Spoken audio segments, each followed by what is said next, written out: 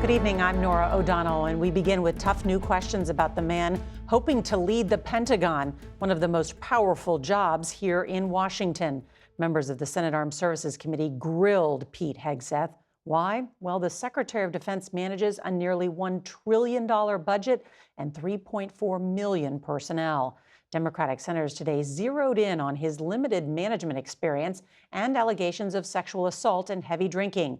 There were also concerns raised about what he said about women in combat. The 44-year-old military veteran and former Fox News personality was combative and unapologetic, denying many accusations.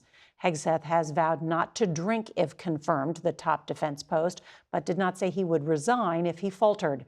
CBS's Nikole Killion leads off our coverage tonight from Capitol Hill.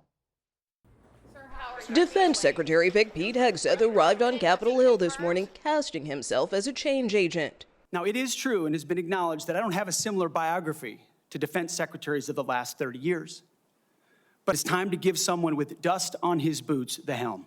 But the former Army major was quickly bombarded by rapid fire, grilled about his views of women serving in combat. I'm straight up just saying we should not have women in combat roles. Please explain these types of statements, because they're brutal and they're mean and they disrespect men and women who are willing to die for this country. Well, Senator, I appreciate your comments, and I would point out I have never disparaged women serving in the military. I respect every single female service member that has put on the uniform. The ex-Fox News host was also pressed about accusations of sexual assault at a Monterey, California hotel in 2017. At that time, you were still married to your second wife, correct? I believe so. And you had just fathered a child by a woman who would later become your third wife, correct? Senator, I was falsely charged, fully investigated, and completely cleared. So you think you were completely cleared because you committed no crime? That's your definition of cleared? You had just fathered a child 2 months before by a woman that was not your wife. I am shocked that you would stand here and say you're completely cleared. Can you so casually cheat on a second wife and cheat on the mother of a child that had been born 2 months before, and you tell us you are completely cleared? Senator, how is that a complete clear? Senator, her child's name is Gwendolyn Hope Hegseth, and she's a child of God, and she's 7 years old. Hegseth underwent an FBI background check, but Democrats claimed it did not include interviews with Hegseth's accuser or ex-wives. I believe the investigation was insufficient, frankly.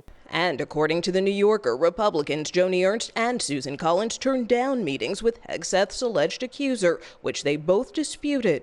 Do you want to hear from the accuser, Senator? Did someone reach out to your office, Senator? Yes or no? As for Hegseth's overall qualifications, Republicans accused Democrats of being hypocritical.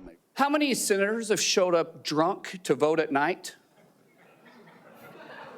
Have any of you guys asked them to step down and resign from their job? And then how many senators do you know have got a divorce before cheating on their wives?